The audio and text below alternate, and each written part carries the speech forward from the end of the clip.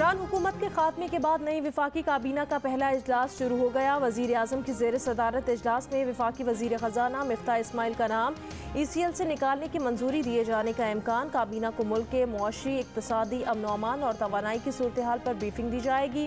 काबीना इक्तसादी राब्ता कमेटी के फैसलों की तौसीक करेगी।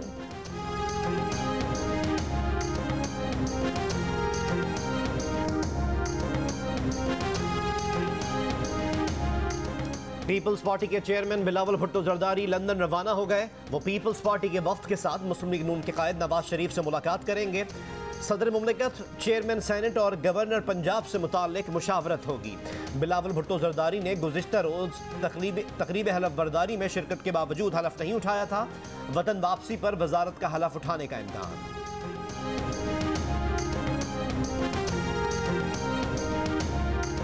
लाहौर हाई कोर्ट ऑफिस की जानिब से हमजा शहबाज की दरख्वास्त पर एतराज़ आयद कर दिया गया। गवर्नर पंजाब को फरीक बनाने पर एतराज़ आयद किया गया।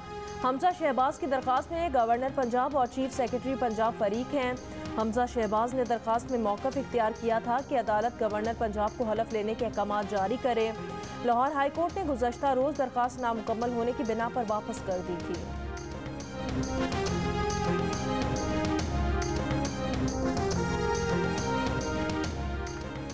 लाहौर हाई कोर्ट के 2 रुकनी बेंच की अदम दस्तयाबी के बाइस नवाज शरीफ का नाम ECL से निकालने के लिए दरख्वास्त पर समाअत मौखर कर दी गई। जस्टिस सैयद शहबाज अली रिजवी की रुख्सत के बाइस कॉज लिस्ट मनसूख की गई। इस दरख्वास्त की आखिरी समाअत 20 जनवरी 2020 को हुई थी। अदालत ने 16 नवंबर 2019 को नवाज शरीफ को इलाज की गर्ज से बैरून मुल्क जाने की इजाज़त दी थी।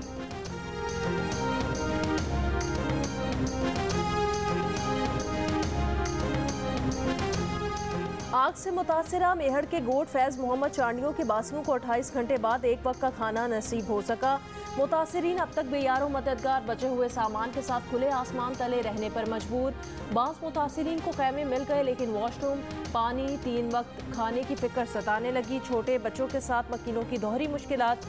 बचे हुए सामान के साथ खुले आसमान तले रात गुजारी।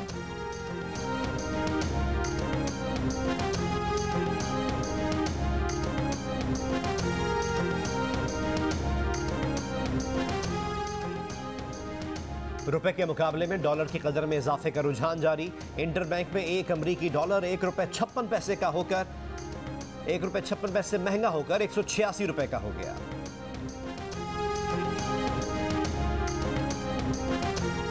मुल्तान में 1 किलोग्राम लीमू की कीमत 800 रुपए तक पहुंच गई। शहरियों का इंतजामिया से नोटिस लेने का मुतालबा। पिशावर की फ्रूट मंडी में तलब और रसद में फर्क के बायस फलों की कीमतों में इजाफा। आम मार्केट में मनमानी कीमतें वसूल। मुल्क भर के यूटिलिटी स्टोर्स पर चीनी और आटे की कीमतों में कमी। रमजान सब्सिडी के तहत 1 किलो चीनी की कीमत 15 रुपए कम की गई। 20 किलो आटे का थैला 950 के बजाय अब 800 रुपए में फरोख्त होगा। तर्जुमान का कहना है कि रमजान रिलीफ पैकेज के तहत 19 अशिया की फरोख्त शनाख्ती कार्ड से मशरूत कर दी गई।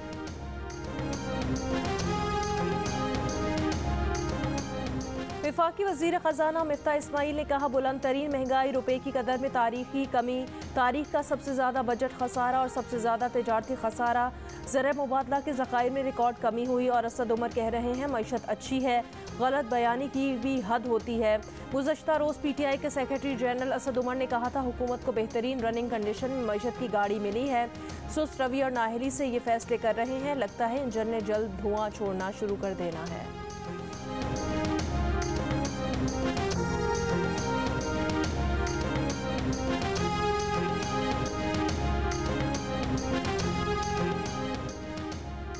नून लीग के रहनुमा शाहिद खाकान अब्बासी का कहना है कि आज ये फैसला करना है कि या नैब चलाएं या हुकूमत। अगर ये इदारा रहेगा तो ये मुल्क नहीं चल सकता। उम्मीद है काबीना इस बारे में बेहतर फैसला करेगी। कराची में सहाफ़ियों से गुफ्तगू में कहा, जिन्होंने मुल्क को लूटा, करप्शन की, उन्हें जवाब देना पड़ेगा। बदकिस्मती है पढ़े लिखे लोग इमरान के झूठ को सच समझ रहे हैं। बिजली और पेट्रोल की कीमतों से मुतालिक फैसले मुश्किल हैं, लेकिन करने पड़ेंगे।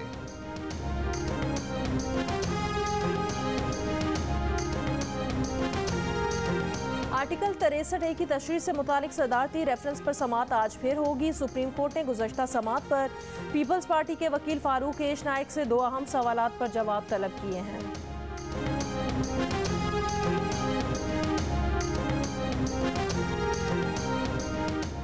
वफाकी वजीर इत्तलात मरियम औरंगजेब ने कहा है, वजीर आजम हाउस के अलावा किसी और जगह को कैंप ऑफिस करार देने की खबरें बेबुनियाद हैं। मीडिया और सोशल मीडिया पर बेबुनियाद और मनगढ़ंत खबरें फैलाने का सिलसिला रुकना चाहिए।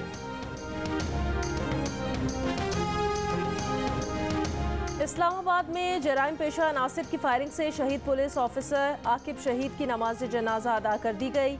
आईजी इस्लामाबाद समेत सीनियर पुलिस अफसरान की शिरकत। थाना शहजाद टाउन के इलाके में मुनशियात फरोश की गिरफ्तारी के लिए छापे के दौरान मुलजिमान की फायरिंग से पुलिस एहलकार आकिब शहीद हो गए थे।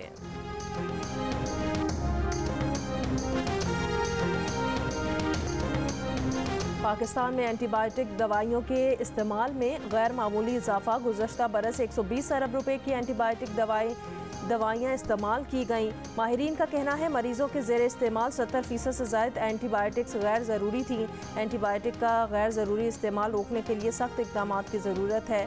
मेडिकल स्टोर्स को बगैर नुस्खे एंटीबायोटिक दवाएँ ना देने का पाबंद किया जाए।